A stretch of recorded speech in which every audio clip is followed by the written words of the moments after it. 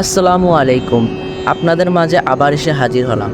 আজ আমি আপনাদের নিজ পুকুরে জাল বেট দিয়ে মাছ ধরার অনুভূতি সম্পর্কে বলতে চাই। আশা করি সবার ভালো লাগবে। আপনারা আপনাদের মূল্যবান সময় নষ্ট করে পুরো ভিডিও দেখবেন আশা করি।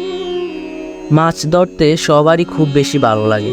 আসলে মাছ ধরতে ভালো লাগে না এমন মানুষ পৃথিবীতে খুঁজে পাওয়া যায় না। গ্রামাঞ্চলে যারা বসবাস করে তারা প্রায় সব সময় খাল বিল পুকুরে জলাশয়ে মাছ ধরে।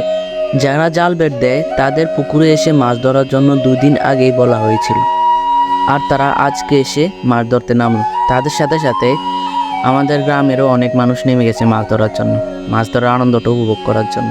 শহরে যারা থাকে তাদের মাছ ধরার সুযোগ হয় না। মাছ ধরার ইচ্ছে থাকলেও ব্যস্ততার কারণে অনেকেই মাছ ধরতে পারে না।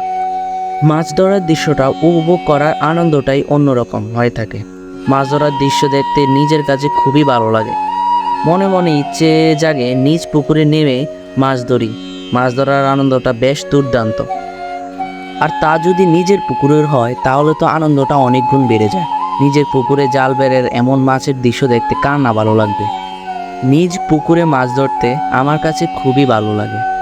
সত্যি কথা বলতে মাছ খাওয়ার চেয়ে মাছ ধরতে দেখার আনন্দটাই অনেক বেশি। একসাথে এতগুলো মাছ ধরার একটা কারণ আছে। গ্রামের বেশিরভাগ পুকুরেই অনেকেই মিলে একসাথে মাছ চাষ করে, তারপর মাছ ধরার পর সবাই ভাগ করে মাছ নিয়ে যায়। আমাদের এখানেও সেম। মাছ ধরার পর এখন মাছ ভাগ করা হইতেছে।